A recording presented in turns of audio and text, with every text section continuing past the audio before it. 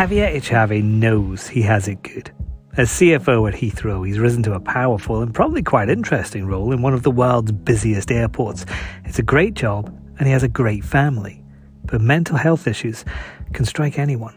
I didn't wake one day and suddenly realize that I had an inexistent relationship with exercise, that I had an emotional relationship with nutrition, that I had emotional relationship with the mobile and almost an addiction to my mobile and the emails, which is something that is unfortunately quite frequent. Since returning after a recovery from a breakdown in 2016, Javier has been transforming Heathrow's mental health policies and working with a group called Business in the Community to change how companies across the UK approach well-being in the workplace. The group represents 600 firms, employing 5.5 million people. 51% of members don't feel comfortable talking about mental health. In fact, 12% have recognized that when they do talk about well-being, it results in negative outcomes, either demotions or disciplinary actions. I'm David Marsland from the Evening Standard. Javier is going to be appearing at the Water Cooler event, which is taking place at the same time and the same location as our SME Expo. That's the 25th and 26th of April at XL London. It's going to feature more than 100 speakers on how to deliver a healthy workplace culture, and that's what we're talking about today. So when we meet him, I want to know how a chief financial officer has ended up taking the lead on well-being. I think the more I do it, the more I realize that any CFO, any executive director should focus. Because, and let me explain why, David. Well, first of all, Heathrow is not an airport. Heathrow is a service company, and we provide a service from people, by people. And therefore, the human element within safety is absolutely critical. It's behavioral safety, but also I think safety, the definition of safety is expanding. It's not just physical safety, it's psychological. And therefore, through the 8 years I have been chairing the safety committee of the airport, I have realized the importance of well-being. The second reason why I became so passionate is because of personal reasons. I suppose that anyone who is passionate about well-being is because someone, either yourself or someone close to you, has gone through the darkest moments of mental health. And in this case was myself. 2016 was the year that I became CFO of Heathrow, but also was the year that I realized that I had a bit of a small breakdown. I faced anxiety. It was a combination of circumstances in my life that I did struggle. And I had to unlearn bad habits. I had to learn new habits and routines, but also I had to seek help. And I think it's from those moments of those darkest times in my personal life when I realized that even myself, someone who I feel are absolutely privileged, socially, economically, great job, fantastic wife, beautiful children, everything. Even if someone like myself could have difficult moments in time, anyone can do it. And therefore, from those moments of dark time, I realized that I had to do something for people. So it's one of the reasons why I became so passionate about well-being. Before you had your breakdown, Javier, were you considering well-being at all? I mean, did it completely change how you thought about how staff can work and should work? I theoretically, yes, because obviously I have always been very curious about human behavior. I am a leader of a big team, and I think my definition of leadership is not to make people great. I believe that people are born great. All of us are great. The problem is that sometimes, most of the times, lives get in the way, and we forget how great we are. So the importance of the individuals is absolutely critical. But again, individuals, we are much more than a body. We are a body, we are a soul, we are a mind, we are a heart, and therefore capturing all the different dimensions of human beings to really thrive is absolutely fundamental. Across the airport, there are 75,000 people, of which Heathrow Airport Limited, the company that I work for, represent 10%. But the success of Heathrow depends on 75,000 people working daily to connect you with a global adventure. And I think is that human reality and that collaboration between different organizations what makes Heathrow such a success. But the responsibility of looking after that many people, and I know 10% of 75,000 is a lot of people, Javier. Yeah. But when you take that on, what's the first step? What do you do first when you go, okay, I'm going to take this role on, here's how we're going to do it, and this is how I start? what we are trying to do in business and the community, which is even bigger than Heathrow itself. Business and the community comprises 600 organizations, and together we employed 5.5 million people. The facts are just staggering. I think 83% of the members have responded that they had identified risk and opportunities related to health and well-being in their businesses. 51% of members don't feel comfortable talking about mental health. In fact, 12% have recognized that when they do talk about well-being, it results in negative outcomes, either demotions or disciplinary actions. So what success looks like? Well, imagine businesses where you have true parity between business performance, but also well-being, recognizing that one fits the other. I think that there are 4 things that we have identified that we really need to change. First of all is that we have to redefine the concept of value. So in other words, redefining value where prosperity comes through people. The second thing that we are really trying to do is to redefine leadership. I talked about leadership earlier, but we would like to shift to a model where inclusive leaders enable and recognize efforts and inspire rather than direct. The third thing that we are focused is on redefining investment. We want to shift to a broader definition of investment, which prioritizes sustainable growth on human capital. Today, we are talking about that enterprise capital includes natural capital, includes financial capital, but also includes human capital. And therefore, for us, redefining investment means that talent must come first. The fourth thing that we are really targeting here is to redefine success. Today, myself, CFO, I presented our year-end results at Heathrow yesterday. We produce this huge annual report and accounts, but I think it's really important that we shift to a better integrated measurement of well-being that enables public visibility of the impact of business on their people, but also on their communities and the connectivity between people and planet.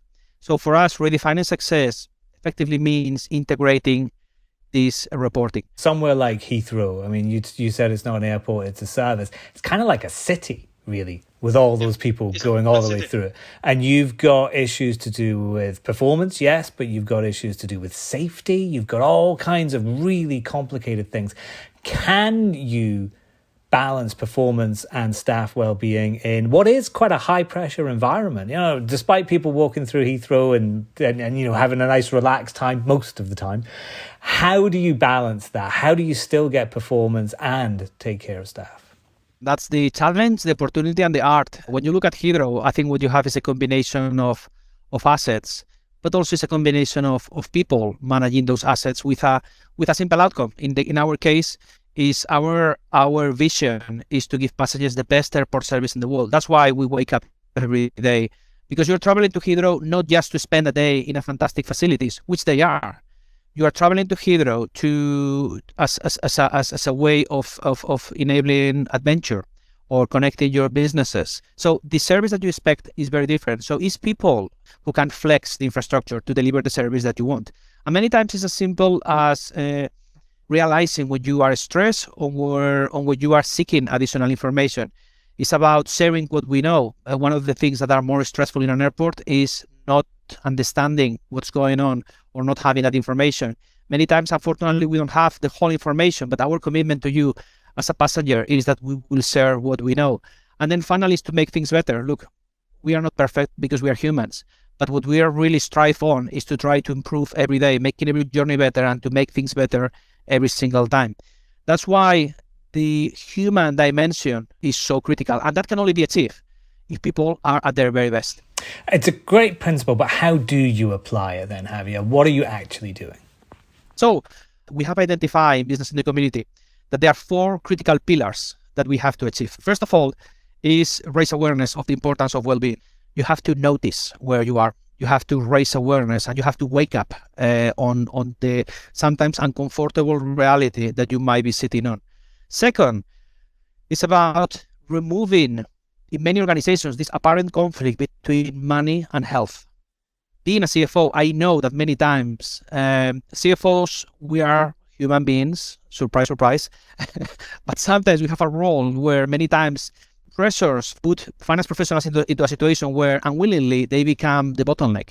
And therefore, the best way of turning finance professionals, CFOs, finance directors into the most powerful allies in organizations is by creating that economic value proposition, demonstrating the business case for well-being, demonstrating that by companies gaining endorsement about the non-negotiable need of well-being actually makes good business sense. It's not just a moral duty, it's simply a good business decision. The third thing is really influencing that change, and that can only comes through culture and leadership. And that's why we are targeting the C-suite to really drive that conversation down into organizations. The final thing, very important thing that we are doing is providing simple and accessible tools to enable business to adopt and integrate best well-being practices into their worlds. One of the fundamental things in terms of outcome of all this process is to create simple guidelines for small and medium enterprises so they can enjoy these simple and accessible tools as well in a very simple way. We'll be back after these ads. While they're on, you can see who else is on the water cooler lineup by going to watercoolerevent.com. You can also get free tickets there. See you in a sec.